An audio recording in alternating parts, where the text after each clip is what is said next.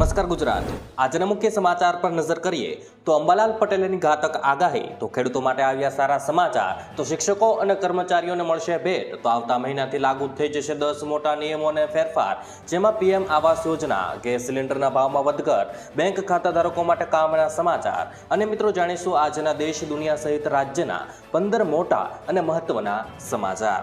એ પહેલા ગુજરાતના જે પણ મિત્રો આપણી આ યુટ્યુબ ચેનલમાં નવા છે તેમને વિનંતી કરીશ કે આપણી આ ચેનલને સબસ્ક્રાઇબ કરી લે, જેથી કરીને મિત્રો દિવસભરના કામના અને લોક ઉપયોગી સમાચાર તમને આ ચેનલના માધ્યમથી સૌથી પહેલા મળી જાય. તો મિત્રો વાત કરીએ આજના સૌથી પહેલા સમાચારને લઈને, તો એસબીઆઈ બેંકના ગ્રાહકો માટે ગુડ ન્યૂઝ. મિત્રો, સ્ટેટ બેંક ઓફ ઇન્ડિયાએ ગ્રાહકોની સુવિધા માટે ડોર સ્ટેપ બેન્કિંગ સેવાઓને વધુ સરળ બનાવી દીધી છે. હવે ગ્રાહકો ઘર બેઠા જ ફંડ ટ્રાન્સફર, કેશ ઉપાડ, account statement, digital life certificate જેવા મહત્વના કામ કરી શકે છે. મિત્રો, આ સેવા પીએસબી અલાયન્સ દ્વારા આપવામાં આવી રહી છે અને સિનિયર સિટીઝન માટે એવા સંપૂર્ણ મફત કરવામાં આવી છે અને ગ્રાહકો ઓનલાઈન અરજી અથવા તો હેલ્પલાઇન નંબર પર કોલ કરીને આ સુવિધાનો લાભ લઈ શકે છે. ત્યારબાદ મિત્રો મહત્વના સમાચાર વિશે આગળ વાત કરીએ તો અંબાલાલ પટેલની આગાહી. મિત્રો, અંબાલાલ પટેલે ગરમીને લઈને આગાહી કરી છે. રાજ્યમાં ગરમીનો પ્રકોપ યથાવત રહેશે અને મધ્ય ગુજરાતમાં તાપમાન 43 થી 44 ડિગ્રી, જ્યારે મિત્રો ઉત્તર ગુજરાતમાં 42 થી 43 ડિગ્રી, સૌરાષ્ટ્રમાં 42 ડિગ્રી અને કચ્છમાં 40 થી 41 ડિગ્રી સુધી પહોંચશે. આગામી 3 દિવસ તાપમાન વધવાની શક્યતા છે, જ્યારે આગામી 2 દિવસ કચ્છ અને સૌરાષ્ટ્રમાં હીટ વેવની આગાહી છે. મિત્રો, અંબાલાલ પટેલે જણાવ્યું છે કે 29 એપ્રિલ બાદ ગરમીમાં ઘટાડો થવાની શક્યતા છે અને ગરમ અને ઠંડા પવનો ફૂંકાશે.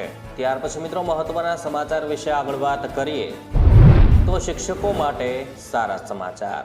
મિત્રો, અખિલ ભારતીય રાષ્ટ્રીય શિક્ષક મહાસંઘ ગુજરાતે મુખ્યમંત્રીને લેખિત રજૂઆત કરીને કેન્દ્ર સરકારના 2% ડીએ વધારાનો લાભ રાજ્યના કર્મચારીઓને અને શિક્ષકોને પણ તાત્કાલિક આપવાની માંગ કરી છે. સંઘે જણાવ્યું છે કે વધતી મોંઘવારી અને જીવનના વધતા ખર્ચને ધ્યાનમાં લેતા આ વધારો અત્યંત જરૂરી છે. કર્મચારીઓ લાંબા સમયથી ડીએ વધારાની રાહ જોઈ રહ્યા છે અને સમયસર નિર્ણય લેવાથી કર્મચારીઓમાં સંતોષ વધશે. ત્યાર પછી મિત્રો મહત્વના સમાચાર વિશે આગળ વાત કરીએ તો કાર ખરીદવી મોંઘી પડશે.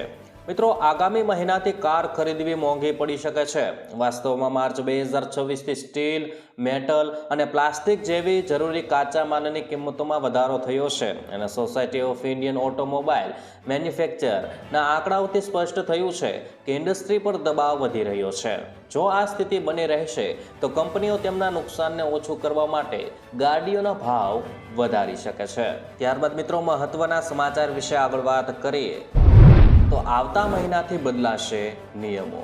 મિત્રો, એપ્રિલ મહિનો પૂર્ણ થવાની તૈયારીમાં છે અને 1 મે 2026થી દેશમાં અનેક મહત્વપૂર્ણ ફેરફારો થવા જઈ રહ્યા છે અને રસોઈ ગેસના ભાવથી લઈને બેન્કિંગ, ટ્રાન્ઝેક્શન અને શ્રમ કાયદા સુધીના આ ફેરફારો સામાન્ય જનતાના બજેટ અને રોજિંદા જીવન પર મોટી અસર પાડવાના છે.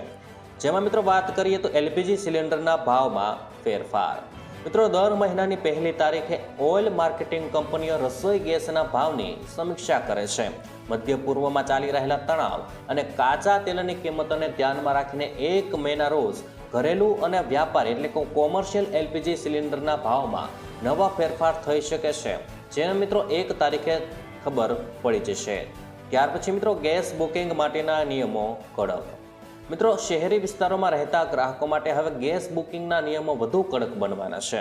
2 સિલિન્ડર બુક કરવા વચ્ચેનો ફરજિયાત સમયગાળો 21 દિવસથી વધારીને 25 દિવસ કરવામાં આવી શકે છે, જેનો અર્થ એ છે કે ગ્રાહકોએ બીજા બુકિંગ માટે વધુ રાહ જોવી પડશે.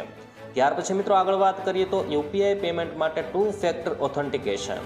મિત્રો, ડિજિટલ છેતરપિંડી રોકવા માટે રિઝર્વ બેંક ઓફ ઇન્ડિયાએ 1 મેથી યુપીઆઈ ટ્રાન્ઝેક્શન માટે 2 ફેક્ટર ઓથેન્ટિકેશન ફરજિયાત કરી શકે છે.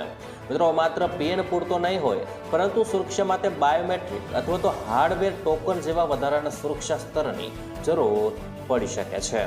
ત્યાર પછી મિત્રો એટીએમમાંથી ફક્ત ઉપાડની મર્યાદામાં ઘટાડો. મિત્રો, ઘણી ખાનગી અને સરકારી બેંકો 1 મેથી એટીએમમાંથી મફત રોકડ ઉપાડવાની મર્યાદા ઘટાડવા જઈ રહી છે.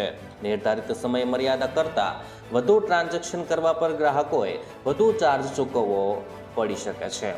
ત્યાર પછી મિત્રો વીમા યોજનાના પ્રીમિયમમાં કપાત. મિત્રો પ્રધાનમંત્રી જીવન જ્યોત વીમા યોજના અને પ્રધાનમંત્રી સુરક્ષા વીમા યોજનાના વાર્ષિક પ્રીમિયમની કપાતનો સમય હવે આવી ગયો છે.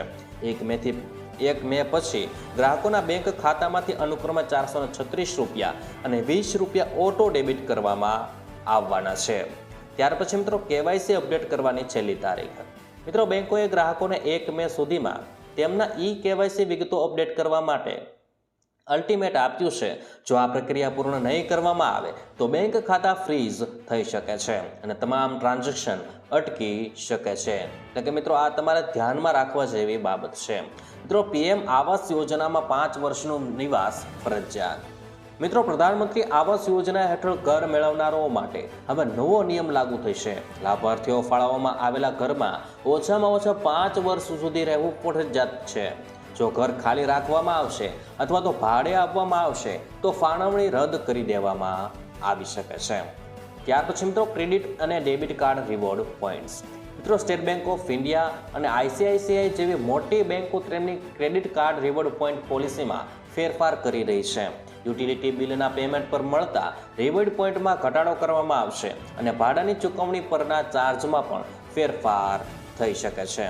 ત્યાર પછી મિત્રો 1 મેથી બદલાતા નિયમને આગળ વિશે વાત કરીએ તો મ્યુચ્યુઅલ ફંડ માટે પારદર્શિતાના નવા નિયમો.